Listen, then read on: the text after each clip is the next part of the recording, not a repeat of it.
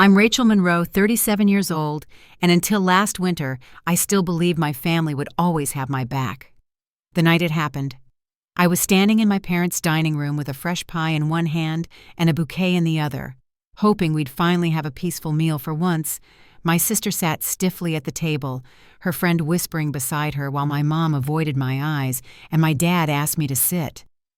The mashed potatoes were cold by the time he told me why we were really there, and when I said no, he looked me dead in the eye and told me to leave right then and there. My sister said nothing, just folded her arms and watched me walk out of that house with shaking hands and a burning chest. Before I go any further, let me know where you're listening from in the comments, and tap that like button if you've ever had to walk away from the very people who were supposed to protect you. I was born and raised in a quiet part of North Carolina, the kind of town where you run into your elementary school teacher at the grocery store, and folks still wave at each other from porches. My parents were never wealthy, but they were proud, honest people. My dad worked at the local hardware store until retirement, and my mom stayed home most years, keeping the house in order and raising us with old-fashioned values. Work hard, stay kind, help when you can, and don't make a fuss. I believed in all of that, especially the helping part, maybe too much. When I was in my 20s, I took a gamble on a little flower shop off Main Street. It started slow, weddings, funerals, prom, corsages, and a few missed rent payments. But over time, I built something steady, dependable, the kind of place where people came not just for roses, but to talk about their lives. I never made much, but it was mine, and I took pride in that. My sister Lindsay took a different route. She always had bigger ideas, flashier plans, and when she decided to go into event planning, she made sure everyone knew about it. She dressed sharp, talked fast, and moved in circles that didn't overlap with mine much. At least not until the bills started showing up. When her first few events went under, I helped her cover the gaps. Then later her car note, her phone bill, even groceries from time to time. I never complained. I figured that's what family did. We help each other. But something shifted over the years. The asks became expectations, and the thanks faded until they stopped coming altogether. Still, I kept giving when my parents' house needed repairs. I paid for it when the utilities got behind. I set up auto payments from my business account. Not once did I think they'd turn on me. Until that night, I thought we were getting together for Sunday dinner. My mom had texted me earlier in the week asking if I could bring a pie, so I baked one from scratch. Blueberry with a lattice crust, and drove over after closing the shop. The sun was setting when I pulled up. The lights inside were on, and for a second it looked like any other family meal. But when I walked in, the air felt tight. No laughter, no smiles, just tension. My sister barely looked at me. Her friend April gave me a thin smile. My dad didn't even stand from his seat. He just pointed at the chair across from him and told me to sit. I hadn't even set down the pie when Lindsay launched into it. Her latest event had gone under again, and she owed $20,000. She looked at me like the solution was obvious, and before I could even react, April chimed in saying I should help, like I always had. I was stunned, not just by the ask, but by the tone, like it was owed, like there had never been a choice in the matter. When I said no, my dad's face turned hard. My mom didn't say a word. Lindsay folded her arms and waited. And when I didn't back down, my father told me to leave. Said if I wasn't willing to help, I didn't belong there anymore. I looked around that table and realized no one was going to stop him, not even my mother. I picked up my purse and walked out the door, trying not to let them. See? My hands shake. It wasn't just the money. It was the way they'd all looked at me like I was a stranger who had outlived her usefulness. By the time I reached my car, my heart felt like it was breaking, but somewhere under the pain, something else started to rise. The next morning, I opened up the flower shop just like any other weekday. The air inside was cool and quiet, the refrigeration units humming softly behind the display wall. I turned on the lights and walked past the rows of lilies and sunflowers, setting my purse down behind the counter. My hands moved on routine pulling invoices, sorting ribbon, checking email. but my mind kept circling back to the night before. When I finally sat at my desk in the back office, I opened my laptop and pulled up my banking history. The numbers stared back like a second betrayal, months of rent transfers to my parents' account utility bills. I'd auto-paid without a word, and those lump sums to Lindsay whenever her business hit a rough patch. I scrolled further back. 5 years' worth of payments. My fingers hovered over the trackpad, then tapped into the utilities portal. Electric, water, internet, all still set to auto-draft from my business checking. I paused, hand on the mouse, listening to the hum of the cooler down the hall. Then I clicked cancel. One by one, I turned them off. The rent, the water, the power. With each confirmation screen, something inside me loosened. For 5 years, I'd carried the weight of their household on my back without once hearing a thank you, without a single offer to pitch in. The final account to cancel was Lindsay's old car payment still linked to my profile. I hadn't even realized the autopay was still running until I saw the monthly withdrawal just a few weeks earlier. I stopped it too, leaned back in my chair and let the silence of the shop settle around me. The relief was real, but so was the ache that followed. I thought of my dad years ago clapping the loudest at my high school graduation. I remembered Mom calling me late one spring to ask which fertilizer she should use on her azaleas. Even Lindsay, before everything got complicated, helping me set up my very first Valentine's Day window, her arms full of red velvet bows, her cheeks flushed from the cold. Those memories flickered through my mind like photographs I hadn't asked to see. But I didn't let them stop me. I went back to the statements, checking the total outgoing to my family over the years. The numbers added up fast. $1,200 a month in rent, sometimes more. $150 for power, $80 for water. That didn't include the bigger things, the time I paid off the balance on Lindsay's catering invoice, or the Christmas when Mom had mentioned the roof leak and I just handled it. I'd done it without keeping score, but the score had been kept anyway, and I'd lost. By early afternoon, the shop had only one walk-in customer, a regular picking up a sympathy arrangement.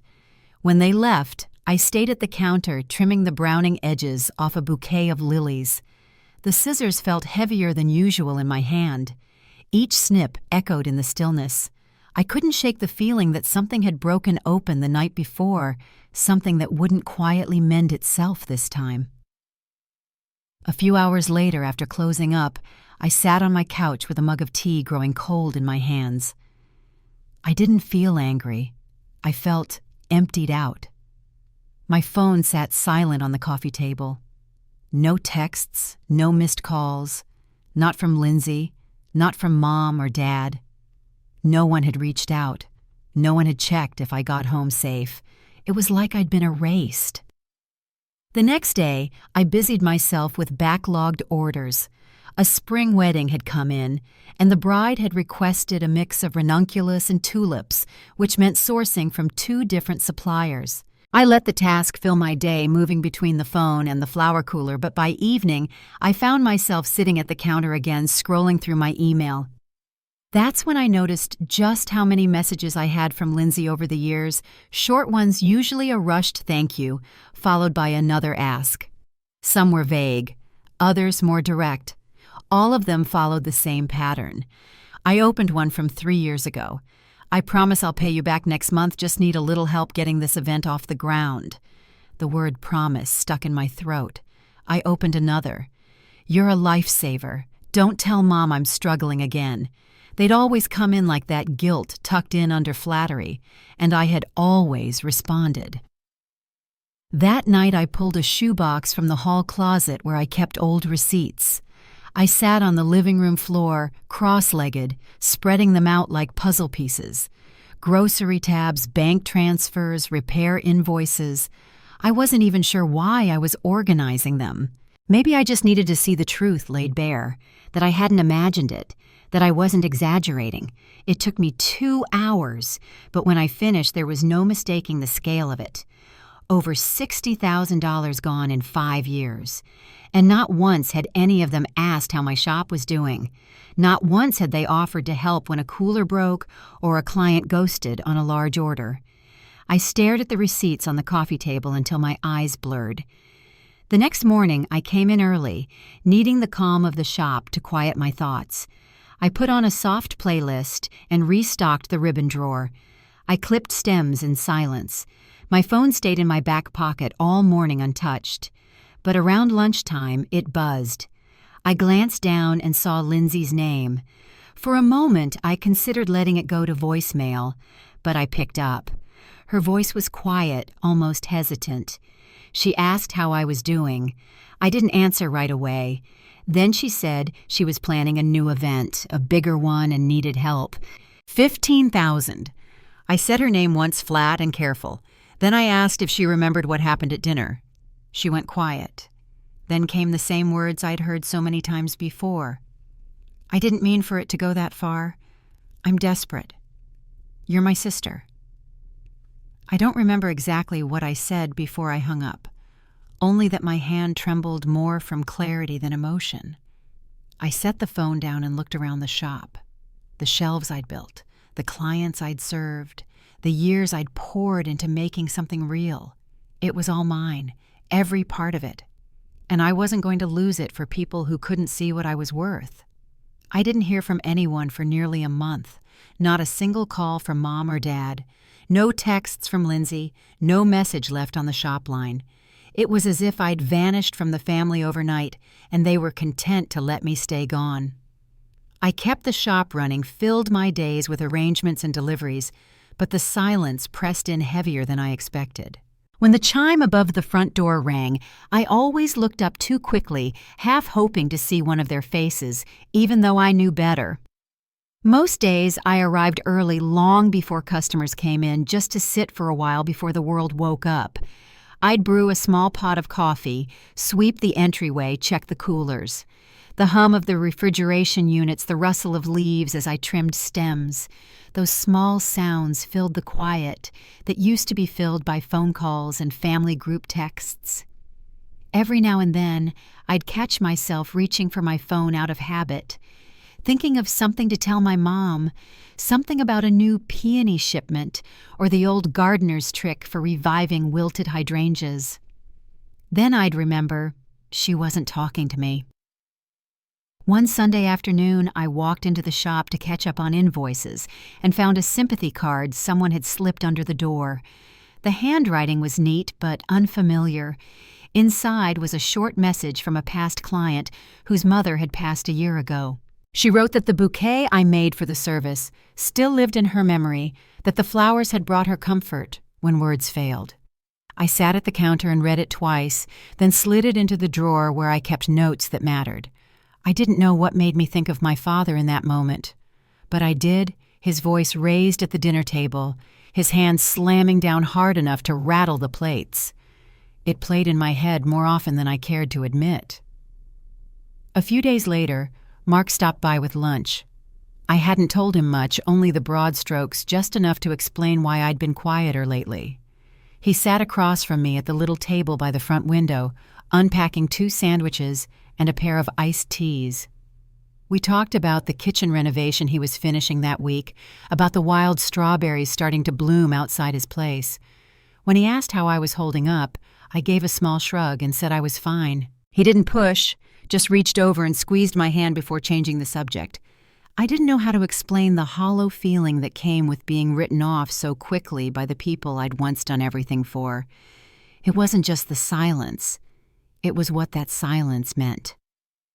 Business dipped slightly that month, mostly from wedding clients who'd postponed for one reason or another. It left me with more downtime than usual, and that gave the memories room to stretch. I'd go back through receipts some nights, not to tally them, just to remind myself it had happened, that I wasn't imagining the scope of what I gave. And still, no one called. Not even to ask why the rent hadn't been paid. No apology, no explanation, just absence. Late one evening, I was closing up when Jared, my part-time assistant, poked his head in to drop off a clipboard he'd taken home by accident. He was younger, full of energy, still figuring out if he wanted to be a floral designer or a teacher. Before he left, he asked if I was okay. I told him I was just tired. He nodded, said he'd see me Wednesday, and gave me a small wave. When the door clicked shut behind him, I leaned against the work table and stared at the wall of vases. I wasn't used to being asked how I was. Not anymore. The next morning, I got to the shop early again. I unlocked the door, turned the lights on, and stood there for a while not moving. The shop was mine. Every inch of it had come from effort and time and small, careful choices. I thought of the mortgage payments I'd made on my parents' house, the groceries I'd paid for after Lindsay's events failed, the times I'd cut back on inventory to make sure their bills got paid. Then I thought of how easily they'd cut me loose over a single no. A few customers came in that day, and I smiled and chatted and rang them up like nothing was wrong. After they left, I sat at the front counter and watched the breeze move through the tree outside the shop window. It was strange how grief could show up without warning, like a draft slipping under the door. I hadn't lost anyone in the traditional sense, but it still felt like mourning, like something that used to anchor me had gone missing. That week I passed by the old community board at the grocery store and saw a flyer for one of Lindsay's earlier events, an outdated poster with bright lettering and a photo of her smiling next to a wedding arbor. Someone had written "canceled" across the bottom in faded Sharpie. I stood there a long minute, then walked on. Back at the shop, I cleared out a drawer full of old receipts and tucked them into a file folder labeled "Personal Hold." I wasn't sure what I planned to do with them, only that I wasn't ready to throw them away. I clipped together the ones from the past year and slid them onto the shelf above the desk. Later that evening, I sat on my porch with Mark, a blanket over both our laps, as the crickets started chirping. He talked about his niece's college plans and a neighbor's dog that kept digging under the fence. I listened, nodding, grateful for the ease of his presence. He didn't ask again how I was, and I didn't offer. But before we went inside, he turned to me and said, "You're doing right by yourself. That counts for something." I didn't respond out loud, just leaned my head against his shoulder. The following morning, I woke early and opened the shop before sunrise. The streets were still quiet dew on the window glass. I stood at the counter with a pair of clippers trimming back a bundle of fresh snapdragons. The snip of the blades echoed in the stillness. Outside, the town moved slowly. Dog walkers, newspaper delivery, the first signs of day. Inside, the quiet wasn't heavy anymore, just still.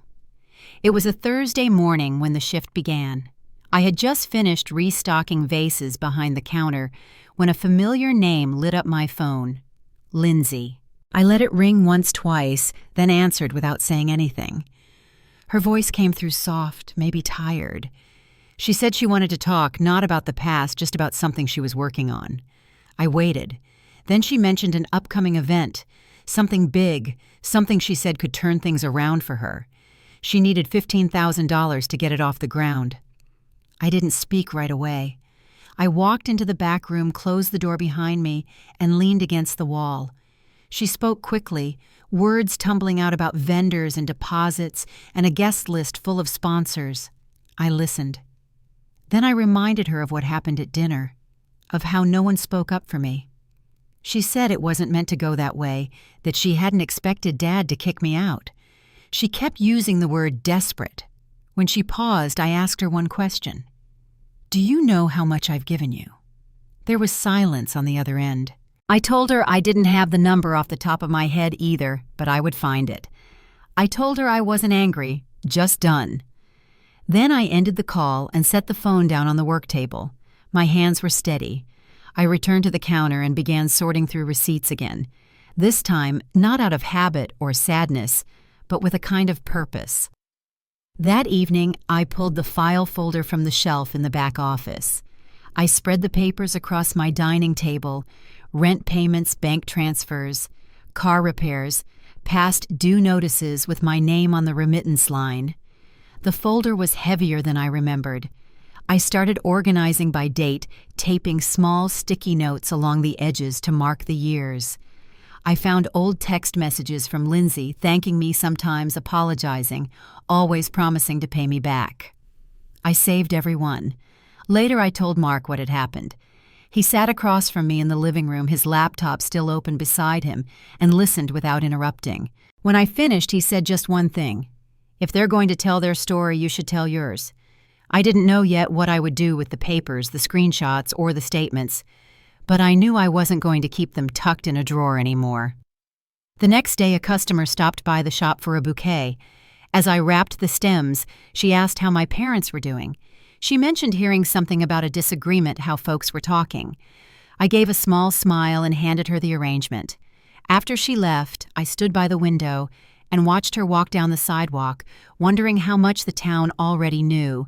I hadn't told anyone, but word had a way of spreading in a place like this. By evening, I had a message from a mutual acquaintance. "Heard Lindsay's upset," it read. "She said you're planning something." I stared at the screen. I hadn't told anyone about the receipts. Not yet. But if she was nervous, maybe it meant she knew how much truth was sitting in my hands.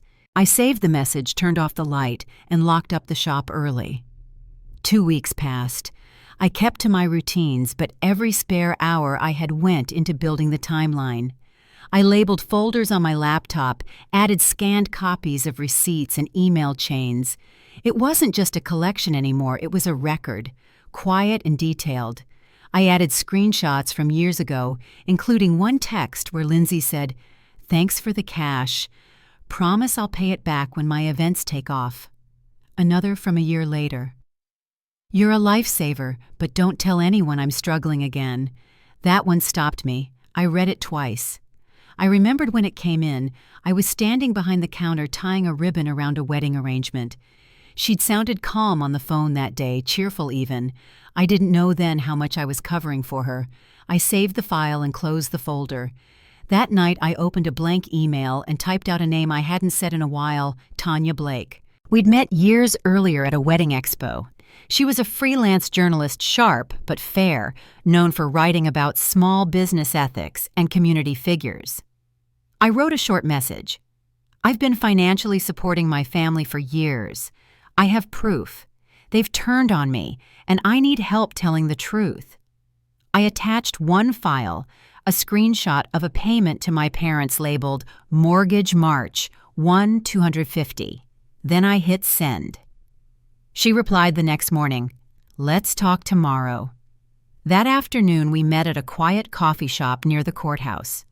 She brought a notebook and a tablet. I brought a flash drive.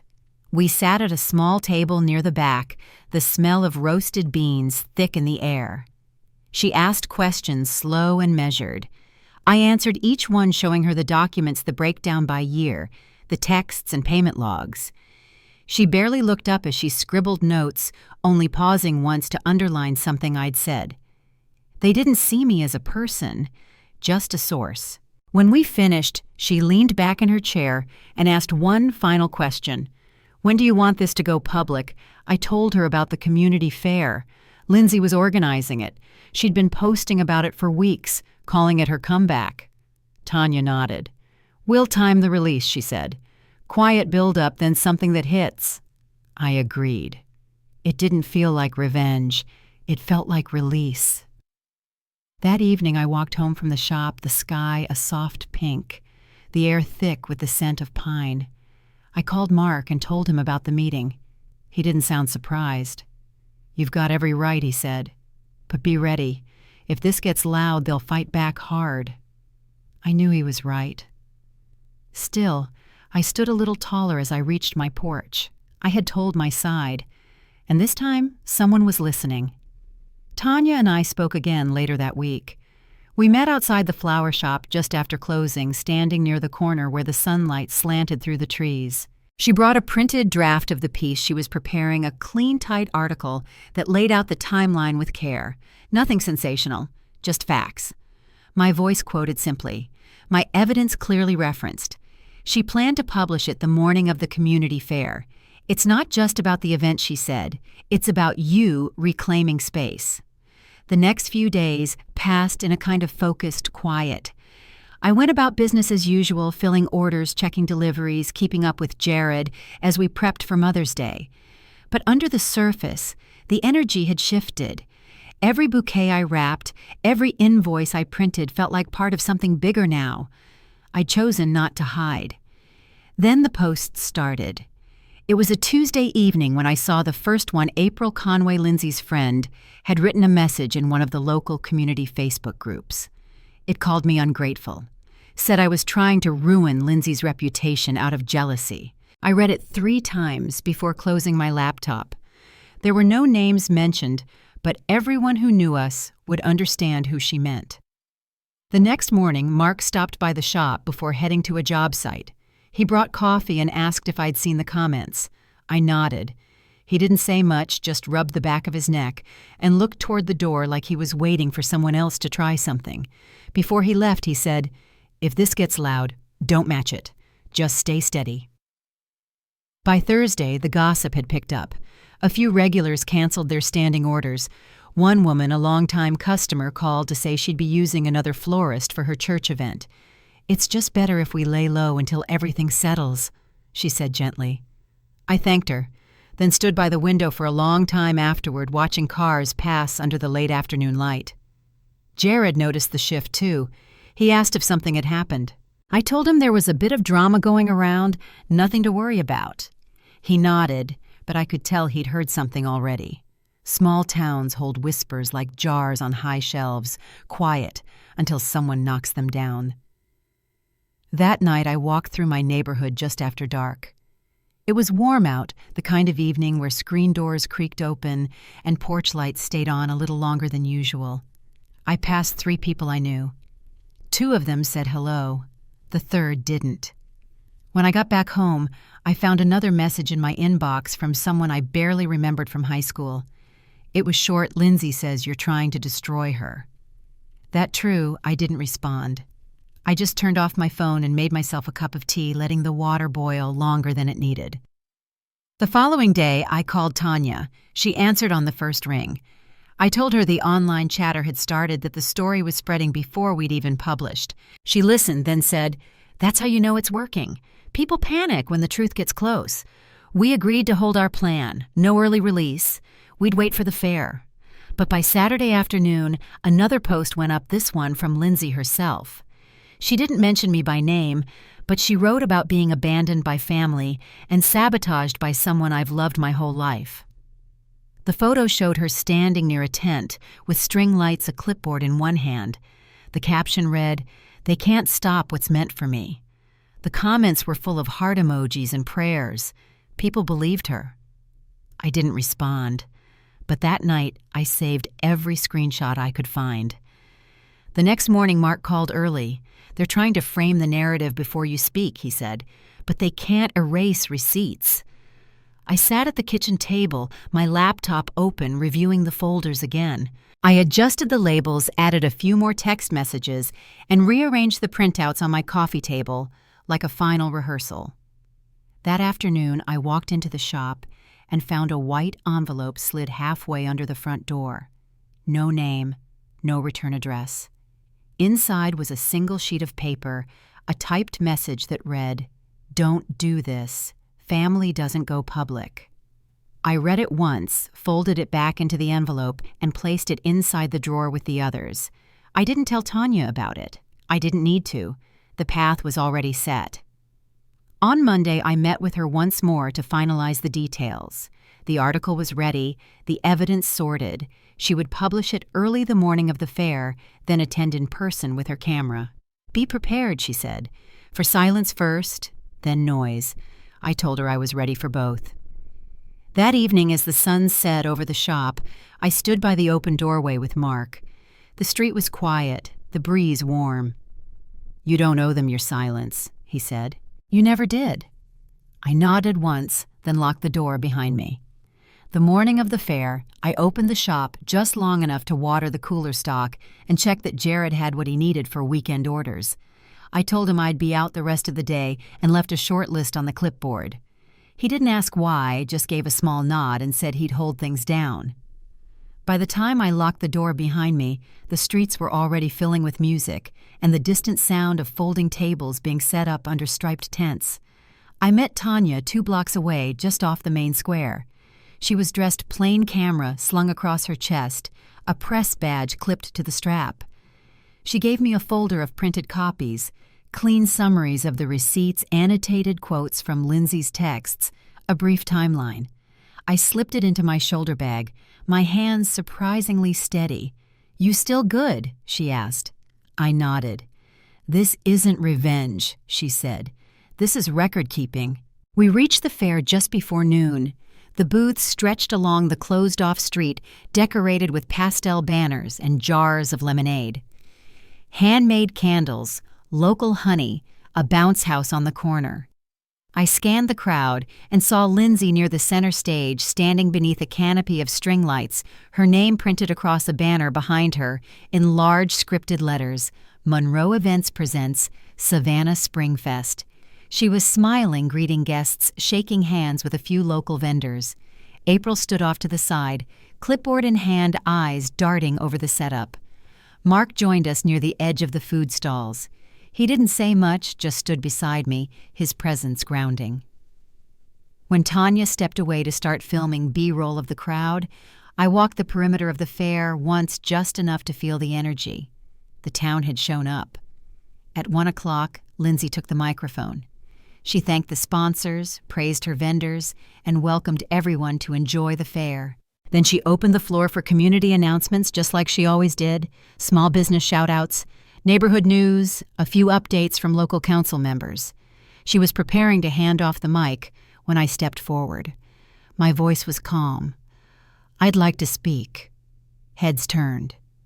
Lindsay froze for just a moment, then gave a strained smile and nodded slowly. I stepped up onto the stage, folder in hand. The microphone felt lighter than I expected. I didn't look at her. I looked at the crowd. For the past 5 years, I've paid over $60,000 to cover my family's rent, utilities, and debts, I said. I paid my sister's car note. I kept the lights on in my parents' house. I've done it quietly. I've never asked for applause. I opened the folder and held up a receipt. "This is a payment made to the mortgage company, $1,200 every month for 5 years. Here's a text from Lindsay thanking me for helping her cover another failed event. Here's another where she asks me not to tell anyone she's struggling." The murmurs in the crowd started to rise. I heard my name whispered, then louder voices asking, "Is this true?" I looked at Lindsay. She had gone still, the color draining from her face. I was called selfish. I was told I didn't belong in my family anymore. I was asked to leave a dinner table because I said no for the first time in years. April tried to step forward, but Tanya moved into position with her camera, quiet but present. The crowd's attention held. "I didn't come here to shame anyone," I said. "But when people spread lies about who you are and why you stopped giving, sometimes the only thing left is the truth. I'm not here to tear anything down. I'm just here to stop carrying what was never mine." I closed the folder gently and stepped back. There were no cheers, no boos, just stillness. Then someone in the back clapped slow, unsure. Another joined, and then more. It wasn't thunderous. It wasn't loud, but it was steady. Lindsay didn't speak. She lowered the mic and turned toward the exit tent. April followed quickly behind her. Tanya caught the whole moment. She gave me a quiet nod, then slipped away into the crowd. Mark met me at the edge of the square. "You good?" he asked. I nodded again, my shoulders lighter than they'd felt in months. We walked back to the shop in silence. When we reached the door, he squeezed my hand. By the time I got home that night, the video had gone up. Tanya's article followed by evening linked with references, quotes, and time-stamped footage from the fair. I didn't check the comments. I didn't need to. The next morning, the flower shop phone rang before I even flipped the sign to open. A woman from the restaurant down the block asked if she could place a standing order for weekly centerpieces. By noon, I'd gotten 3 more calls like that. And by the time I locked up for the night, I'd found a box of pastries on the counter. No note, but from a bakery that had canceled an order the week before. That weekend, I passed by the same community board at the grocery store. Lindsay's banner was gone. In its place was a flyer for the summer craft walk. My shop name was listed among the sponsors. I stood there for a while, then walked home with both hands free. In the weeks after the fair, the shop grew busier than it had in a long while. Orders picked up, some from old clients I hadn't heard from since the rumors began, others from new customers who said they'd read the article or seen the video. I didn't ask questions. I just filled vases, tied ribbons, and let the rhythm of it carry me. Tanya's piece gained quiet traction. It wasn't viral. It didn't need to be. It lived in inboxes and group chats, passed along with a kind of respectful hush.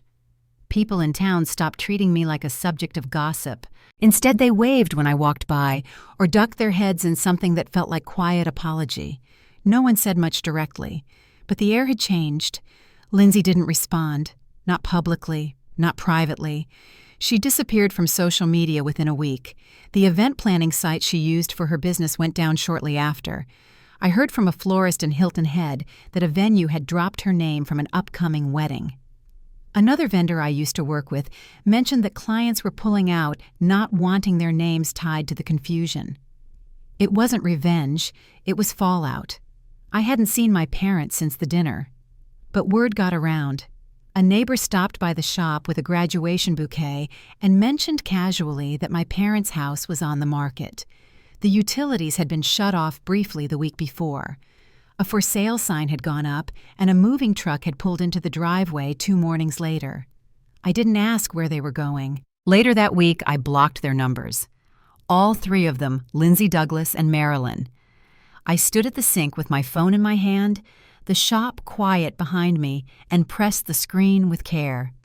One name at a time. It didn't feel dramatic. It felt clean. Business kept growing.